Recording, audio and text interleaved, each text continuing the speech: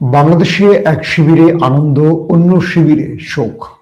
মাঝখান থেকে তৃতীয় একটি শিবির তৈরি হয়েছে যারা বিরোধী মতের উপর হামলা শুরু করেছে। আমরা বড় বড় গণমাধ্যমে না দেখলেও সোশ্যাল মিডিয়াগুলোতে দেখছি যারা নির্বাচনে হেরেছে তাদের উপর বিজয়ী দলের নাম করে একটা গ্রুপ হামলা করছে। আমার মনে পড়ছে নোয়াখালীর সুবর্ণচরের গল্প। কেবল ধানের শীষে ভোট দেওয়ার জন্য একজন মাকে গণ করেছিল আওয়ামী লীগ। পুরো পৃথিবীতে এই বিষয়টি আমরা তুলেছিলাম, সোশ্যাল মিডিয়া, গণমাধ্যম, আন্তর্জাতিক পরিমণ্ডলে তুলেছিলাম।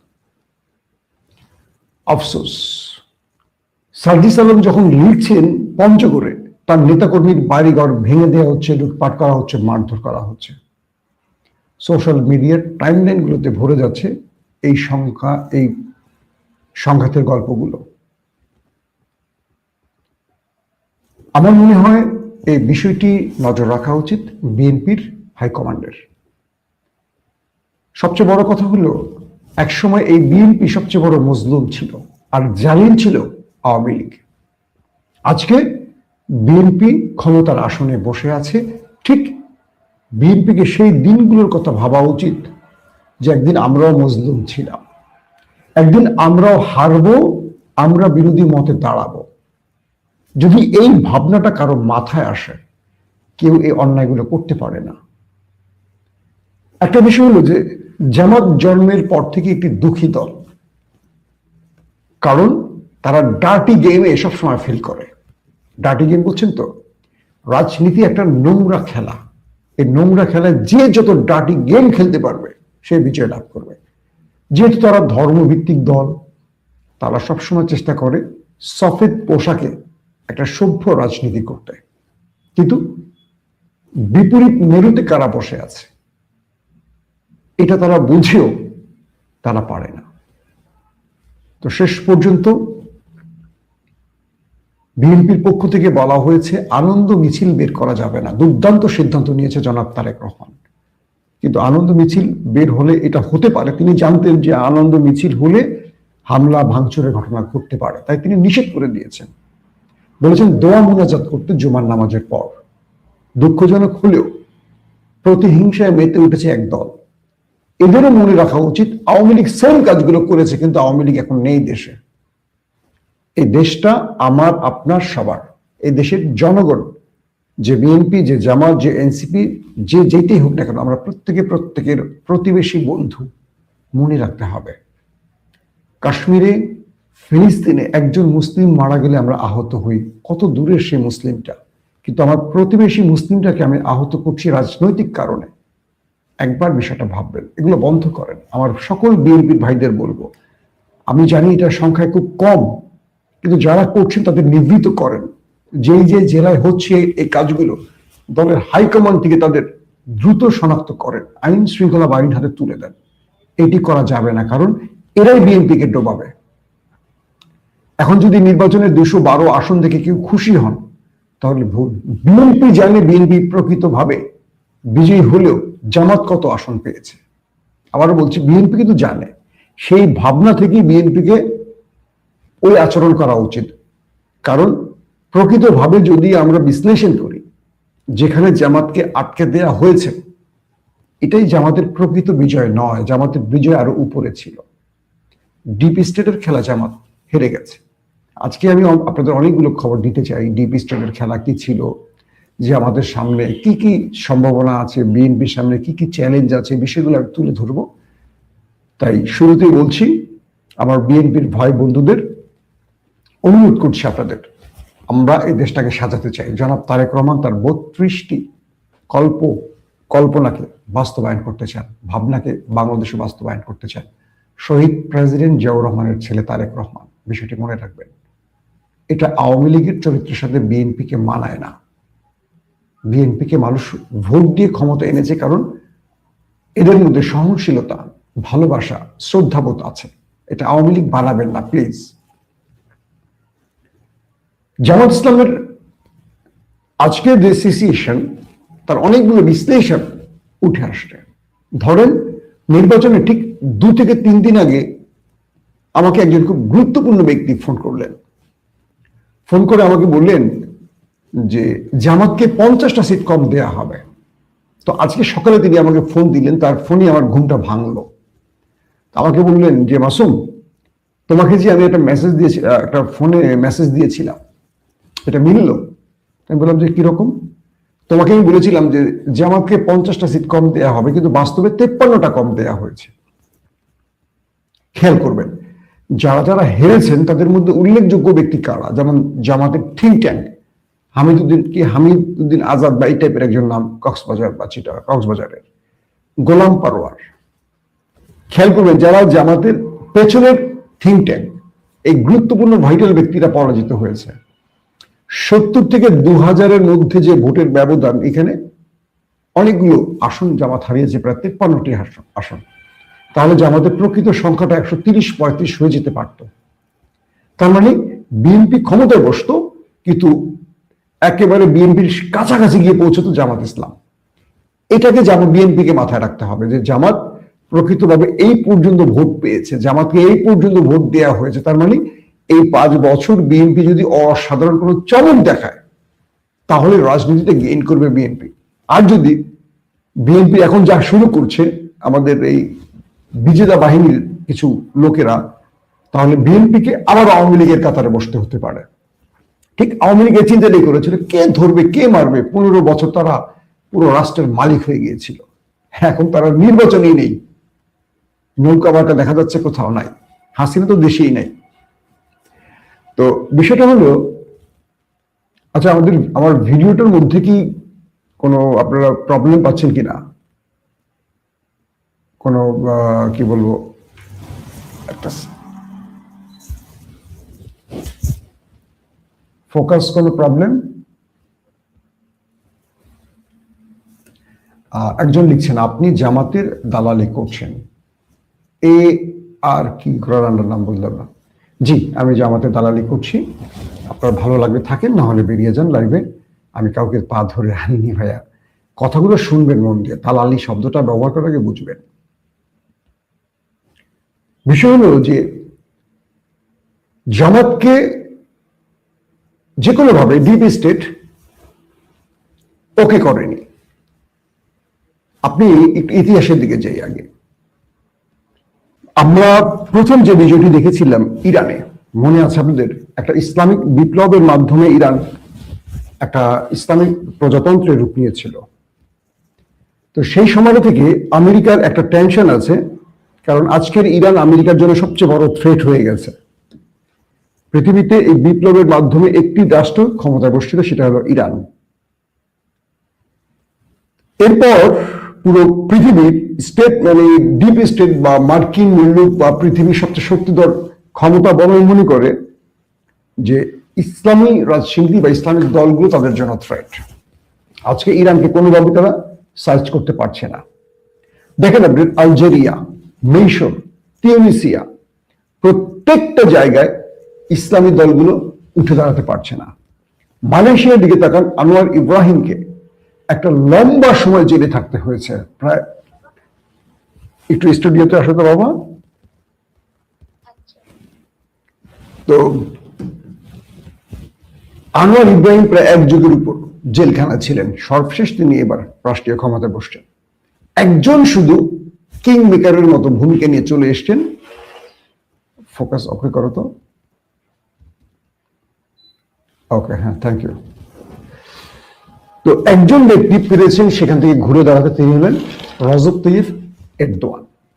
তাও তিনি যে দলটি করেছেন একিপি, এটিকে ইসলামিক দলের আদরে সাজাননি। পাকিস্তানের দিকে তাকান, জামাত ইসলাম জাতীয় নির্বাচনে একটি আসনও পায়নি গতবার, এই জামাতের নাম করে। মিশরের ব্রাদারহুড একটি বিপ্লবের পর, ঠিক হাসিনার বিরুদ্ধে যে বিপ্লব হয়েছে, হোসনি মোবারকের বিরুদ্ধে এই বিপ্লবটি হওয়ার পর মানুষের ভোটে চলে আসে কারা? মিশরের ব্রাদারহুড। তাদের মূল দল ইখওয়ানুল মুসলিমিন, কিন্তু রাজনৈতিক শাখা ব্রাদারহুড। তারা চলে আসে ক্ষমতায়, 1 বছর টিকতে পারেনি।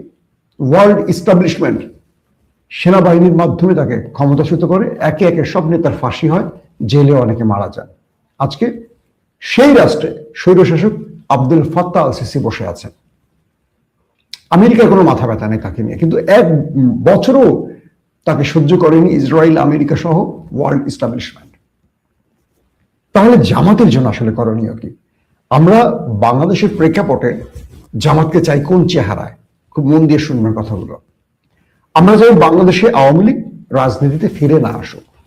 আমি ব্যক্তিগত আমার চাওয়াটা, আমি মনে করি আওয়ামী লীগের যে বিশাল সংখ্যক জনগোষ্ঠী, এরা বিএনপি, এনসিপি বা আদার্স রাজনৈতিক দলগুলোতে ভাগ হয়ে চলে যাবে।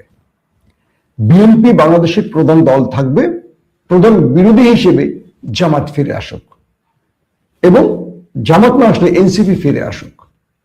জামাত তার ইসলামিক ভাবধারাটাকে একটি পাশে রেখে তারা একটি রাজনৈতিক শাখা তৈরি করুক। ওই যে বললাম ডার্টি গেম। তো ইসলামিক ব্যক্তিরা তারা যতটা দাওয়াতি কাজে আসতে পারেন, ভোটের মাঠে তারা অনুপযুক্ত।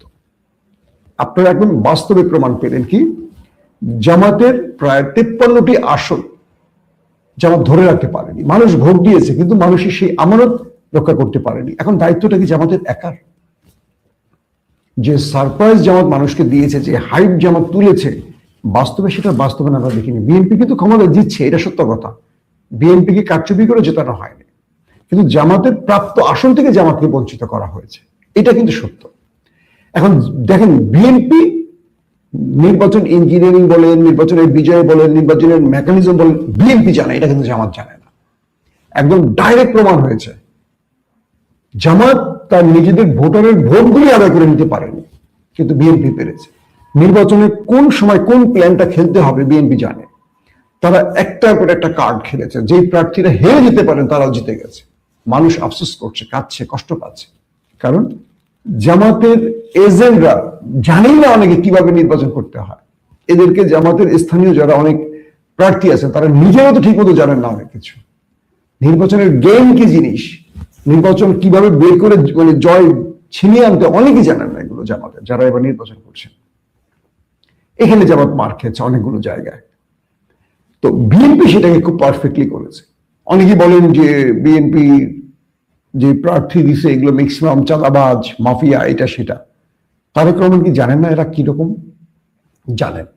কিন্তু তারেক রহমান 300 জন ভদ্র ব্যক্তিকে কেন প্রার্থী করলেন না? তার প্রধান কারণ হলো ওই যে বললাম ডার্টি গেম।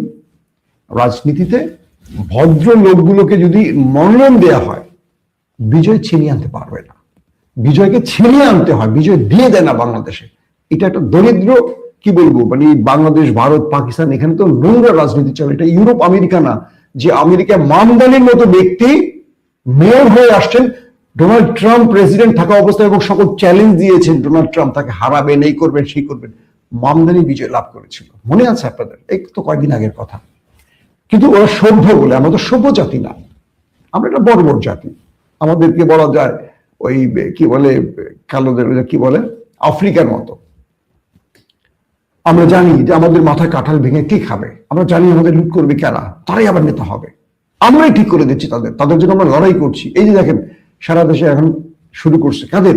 এরাই শুরু করছে, মারবে, ধরবে, কিন্তু এরা বোঝে না যে এটাই দিন নয়, আর একটা দিন আছে।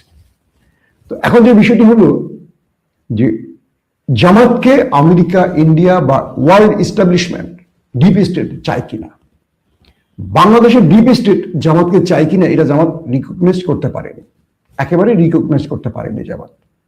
যার জন্য যে ব্যক্তি আমাকে বললেন জামাতকে 50টি সিট কম দেওয়া হবে, তিনি আজকে আমাকে কথাটি আবার স্মরণ করে দিলেন। তার এই কথাটি ফললো কি করে, বাস্তবায়ন হলো কি করে? একদম মিলে গেছে। স্পেসিফিক কয়েকজন ব্যক্তিকে হারানো হয়েছে, কারণ তারা জামাতের থিঙ্ক ট্যাঙ্ক, তাদের পার্লামেন্টে তারা নিতে চায় না। ক্লিয়ার? আমি আর বেশি ব্যাখ্যা দিতে চাই না এই বিষয়ে। আসেন, ইরানের পর আমেরিকার টেনশন বেড়ে গেছে, যে কারণে আমেরিকা ইসলামিক রাজনৈতিক দলগুলোকে ক্ষমতা দেখতে চায় না। আপনি আলজেরিয়ার কথা বলছি, ইরানের পর আপনি খেয়াল করেন মিশর একটা কাহিনী করে ফেলছে। আপনি কোন দেশে, তিউনিসিয়ার দিকে তাকান, পাকিস্তানে ইমরান খানের মতো, সে ইসলামিক দল না, সে বুঝে শুনেই তার দলটি তেহরিকে ইনসাফ বানিয়েছিলেন, ইনসাফের পক্ষের দল। বিজয়ী প্রার্থী, বিজয়ী একজন প্রধানমন্ত্রী জেলে আছেন, তাকে পরাজিত করে পৃথিবীর কেউ কোনো কথা বলছেন? কারণ ইমরান খান পুরো অনিয়নকে ভেঙে ফেলেছিলেন। ইমরান খান তিনি তার দেশীয় ইস্টাবলিশমেন্ট বা ডিপ স্টেটকে কন্ট্রোল করতে পারেননি, কারণ পাকিস্তানের ডিপ স্টেট মানে হলো হোল সেনাবাহিনীর উপরস্থ ব্যক্তিরা।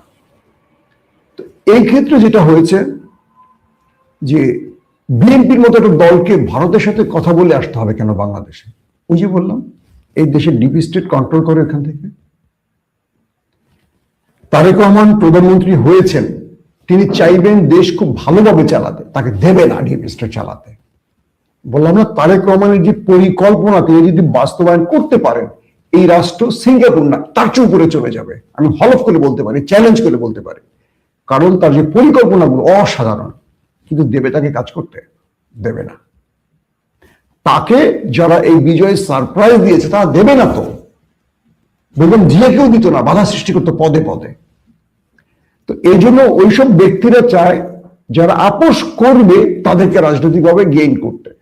তো জামাত তো আদর্শিক রাজনৈতিক দল, তারা আমাদের ডিপ স্টেটের এই মেসেজ গুলো বোঝেনি, বা ডিপ স্টেটকে তারা কানেক্ট করতে পারেনি, রিকগনাইজ করতে পারেনি, ফলে এই গেমে জামাত হেরে গেছে। দ্বিতীয় যে বিষয়টি আসেন, দ্বিতীয় বিষয়টি হলো এই নির্বাচনের ফলাফলের পর জামাতের আসলে করণীয় কি? আন্দোলন সংগ্রাম? আমি মনে করি না। কারণ দীর্ঘ 15-16 বছর জামাত আন্দোলন সংগ্রাম করে একটা ভালো সময় পার করেছে ইউনূস সরকারের আমলে। এই সময় জামাতের উচিত পরিপূর্ণভাবে বিএনপিকে সাপোর্ট দিয়ে রাষ্ট্রটাকে আগামীতে সামনের দিকে নিয়ে যাওয়া। কারণ দেশের অর্থনীতির অবস্থা খুব খারাপ করে দিয়ে গেছে শেখ হাসিনা। কয়েক হাজার কোটি টাকা না, কয়েক লক্ষ কোটি টাকা দেশ থেকে পাচার করে ফেলেছে।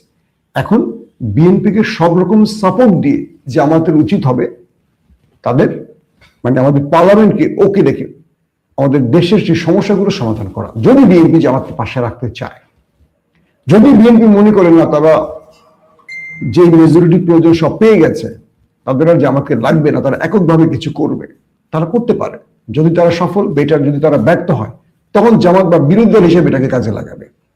নাম্বার 3, সংস্কারপন্থী যে কাজগুলো আর দাবি বা সংস্কারের যে বিষয়গুলো উত্থাপন হয়েছে আমাদের কমিশন থেকে, এগুলো হা ভোট বিজয়ের মাধ্যমে এবার বাস্তবায়নের পালা। তার মানে বিএনপিকেও ভালো পরিমাণ টেনশন দিবে এখন জামাত, যে সংস্কারগুলো বাস্তবায়ন হবে। এগুলো বাস্তবায়ন হলে বিএনপি এককভাবে কিছু করতে পারবে না। বিএনপিকে বারবারই বিরোধী দলের সাথে শেয়ার করতে হবে অনেক বিষয়, অনেক জায়গায় তাদেরকে এক হতে হবে। 4 নম্বর বিষয়টি, জামাত এই 5 বছরে, বিএনপি যদি 5 বছর ক্ষমতা থাকে, তাদের টুলিগুলো খুঁজে খুঁজে বের করতে হবে। যে আমি ভোটারদের কাছে গিয়েছি, আমি ভোট এনেছি, আমি হেরে গেছি, এর মধ্যে এই পুরো চেইনের মধ্যে কোথায় কোথায় আমাদের ভুল ছিল, কোন কোন প্রার্থী হেরেছে, কোন কোন প্রার্থী জিতেছে, পুরো বিষয়টাকে পোস্টমর্টম করতে হবে জামাতকে এখন। কারণটা হলো তাদের নিজস্ব অনেক ভুল আছে। নির্বাচনের যে ট্রেন, এই ট্রেনটা খুব মানে একদম খুব মন্থর গতিতে চলে না। প্রতিটা স্পেসে, প্রতিটা স্টেশনে রকম মানে বাধার সৃষ্টি হবে। আমাদের সিভিল প্রশাসন জামাতকে পছন্দ করেনি। কারণ কি জানেন? তারা মনে করছে এই দলটি ক্ষমতায় আসলে তারা অনিয়ম দুর্নীতি করতে পারবে না। যারা সিভিল প্রশাসনে বসেন তাদের প্রত্যেকেরই প্রায় 70-80% বলবো, 80%-এর উপরেই বলবো, টার্গেট থাকে দুর্নীতি করে অজস্র টাকার মালিক, দেশে বিদেশের সম্পদ তৈরি করা। তো ইনসাফ প্রতিষ্ঠা হয়ে গেলে বা ন্যায় বিচার আসলে বা দুর্নীতি বন্ধ হলে তারা কি করবে? তাদের 60,000-70,000 টাকা বেতনে চলবেন কি করে? একদম সহজ। কিন্তু আমেরিকায় চলতে পারবেন, ইংল্যান্ডে চলতে পারেন, বাংলাদেশে চলতে পারবেন না। তাদের থিমটা হলো এই। অর্থাৎ একটা বিশাল সংখ্যক দুর্নীতিগ্রস্ত ব্যক্তিরা জামাতকে থ্রেট মনে করে। সেটা পুলিশে বলেন, ডিসিএসপিদের মধ্যে বলেন, বা আমলাদের সচিবালয়ে বলেন, রাষ্ট্রের গুরুত্বপূর্ণ ব্যক্তিরা মনে করেন যে এরা ক্ষমতায় আসলে দুর্নীতি বন্ধ হয়ে যাবে। তখন তাদের বাচ্চারা দামি দামি গাড়িতে চড়তে পারবে না, দেশি বিদেশি স্কুলে মানে আন্তর্জাতিকভাবে যে বড় বড় স্কুলগুলোতে পড়লে খুব ভাবসা বাসে, সেখানে পাঠাতে পারবে না। সরকারি বেতন বা কয় টাকা? এরা কিন্তু জামাতের থ্রেট মনে করছে। কিন্তু জামাতকে এই ক্ষেত্রগুলোতে একটু বোঝাতে হবে যে দুর্নীতি মুক্ত হলে এই রাষ্ট্রের মান কোথায় পৌঁছবে, এই রাষ্ট্রের মানুষের জীবন মান কতটা উন্নত হবে। এই জায়গায় তারা একটা ব্যর্থ হয়েছে। তারপরের যে বিষয়টি,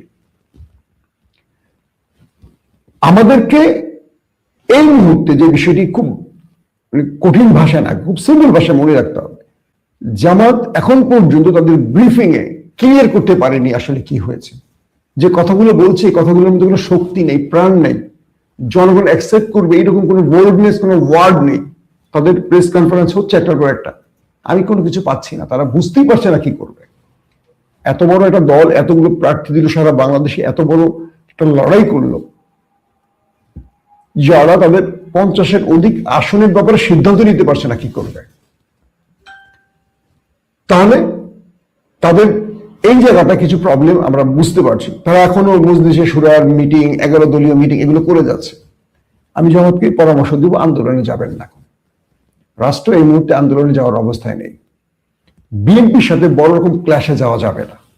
বিএনপির সাথে একটা ভালো সম্পর্ক সৃষ্টি করে সামনে এগুতে হবে। অনেকে বলবেন মাসুম ভাই এবার তো আপনি বিএনপি দালালি শুরু করেছেন। না, রাষ্ট্রটা আমার। কারণ যারা ফয়সালা করেন রাষ্ট্রের ব্যাপারে তারা জামাতকে গ্রিন সিগন্যাল না দিলে জামাত ইহো জগতে ক্ষমতা বসতে পারবে না। আর তাদেরকে আগে রিকগনাইজ করতে হবে জামাতকে। জামাত সেই জায়গাটায় ব্যর্থ হয়েছে, একেবারে টোটালি ব্যর্থ হয়েছে। বিএনপির জন্য চ্যালেঞ্জ কি? আজকে থেকে যা শুরু হয়েছে বিএনপিকে আগামী 1 ঘন্টার মধ্যে বন্ধ করতে হবে। কারণ যেখানে বিরোধী মতের উপর হামলার ঘটনা হচ্ছে, বাড়ি আগুন জ্বালিয়ে দেওয়া, একদম বাড়ি জ্বালিয়ে দেওয়া হচ্ছে, সোশ্যাল মিডিয়ায় ফুটেজ আসা শুরু হয়ে গেছে। বাবাকে না পেলে ছেলেকে মারা হচ্ছে, ছেলেকে না পেলে বাবাকে মারা হচ্ছে, বাবাকে না পেলে তার ভাইকে মারা হচ্ছে। মানে যা শুরু করছে বিভিন্ন জায়গায়, এটা বন্ধ করা উচিত 1 ঘন্টার মধ্যে। কারণ কি, এগুলো প্রত্যেকটা সোশ্যাল মিডিয়ায় আসতেছে, এগুলো আগামী দিনে রেকর্ড হবে। যেভাবে আমরা হাসিনার দুঃশাসন নিয়ে ভিডিও বানাতাম বিএনপির মিডিয়া সেল থেকে, যেটা লন্ডনে, সেখানে বসে আওয়ামী লীগের দুর্নীতি নিয়ে আমরা ভিডিও বানাতাম, 5 বছরের দুঃশাসন, 10 বছরের দুঃশাসন, এই ডকুমেন্টেশন গুলো আমরা বানাতাম বসে বসে, একদম কোথায় কোথায় কি ঘটিয়েছে হাসিনা। আজকে আমার দল যদি এই কাজগুলো করে, কালকে অন্য কেউ ডকুমেন্টেশন বানাবে, স্বাভাবিক। এগুলোই মানুষের একসময় পারসেপশন তৈরি করে দেবে, কালিমা যুক্ত করবে। যেখানে দল বলছে আনন্দ মিছিল করা যাবে না, সেখানে অন্যের বাড়িতে হামলা কোনোভাবে মেনে নেওয়া যায় না। বিএনপিকে যে চ্যালেঞ্জটি নিতে হবে, কোনোভাবে আওয়ামী লীগকে এই দেশে আর এস্টাবলিশ করা যাবে না। কারণ জিয়াউর রহমান এবং বেগম জিয়া দুটো ভুল সিদ্ধান্ত নিয়েছিলেন। জিয়াউর রহমান হাসিনাকে দেশে ফিরিয়ে এনে তার মৃত্যুকে ত্বরান্বিত করেছেন, এটা ইতিহাসে সবাই জানে। খালেদা জিয়ার কাছে যখন পিলখানার অফার আসে, মানে পিলখানা যখন সেনাদের হত্যা করা হয়, তখন সেনাবাহিনীর ভেতর থেকে খালেদা জিয়ার কাছে একটা অনুমতি চাওয়া হয়েছে, যেটা খালেদা জিয়া নিজের মুখে আমাকে বলেছিলেন তার গুলশান অফিসে। একটা বিশেষ কারণে 1 to 1, আর একজন শুধু বিএনপি নেতা ছিলেন, একজন বিএনপি নেতা ছিলেন সেখানে, যিনি আমার কোঅর্ডিনেটর ছিলেন। তো বলছিল বেগম জিয়ার কাছে একটি প্রস্তাব এসেছিল যে ম্যাডাম আপনি শুধু অনুমতি দেন, আমরা মানে 75 ঘটাই দেই শেখ হাসিনা পরিবারের। খালেদা জিয়া সেই সময় তাদেরকে অনুমতি দেয়নি, কারণ তিনি হত্যার রাজনীতি পছন্দ করেন না। এরপরেই আমরা দেখলাম যে পিলখানাকে শেষ করে দিয়ে আওয়ামী লীগ পুরো রাষ্ট্রটাকে তার কন্ট্রোলে নিয়ে একদম ধ্বংস করে ফেলেছে। এখন এটা খালেদা জিয়ার সঠিক সিদ্ধান্ত না ব্যাঠিক সিদ্ধান্ত আমি জানি না, কিন্তু তিনি হত্যার রাজনীতি পছন্দ করতেন না নেত্রী বেগম জিয়া। তো আজকে আমাদেরকে একটা জিনিস মনে রাখতে হবে, এই বিএনপিকে 5 বছর রাষ্ট্র চালাতে হবে, তারপর আবার ভোটে আসতে হবে, তারপর আবারও মানুষের দোরগোড়ায় যেতে হবে এই বার্তাগুলো নিয়ে যে আমরা 5 বছরে কি করেছি। তারেক রহমান বাংলাদেশের প্রথম এমপি হয়েছেন, প্রথম প্রধানমন্ত্রী, প্রথম এমপি হয়েই প্রধানমন্ত্রী হতে যাচ্ছেন, আমরা দেখতে পাচ্ছি। তার কাছে মানুষের অনেক এক্সপেকটেশন। তিনি 200-র অধিক আসন পেয়েছেন, কতটা আশা নিয়ে মানুষ তাকে ভোট দিয়েছে কল্পনা করতে পারেন। সেই কল্পনার জায়গাগুলো, যেমন আমরা নির্বাচনের আগে দেখেছি বিএনপি কোথাও অনিয়ম করে তিনি বহিষ্কার করেছেন। আমরা দেখতে চাই এই জিনিসটা এখন সামনে আরো যেন অব্যাহত থাকে, অর্থাৎ যারা যেখানে চাঁদাবাজি করবে, জোর জবরদস্তি করবে, কারো বাড়িতে হামলা করবে, সঙ্গে সঙ্গে বহিষ্কার। কারণ দুষ্ট গরুর চেয়ে শূন্য গোয়াল ভালো, এটি মনে রাখতে হবে।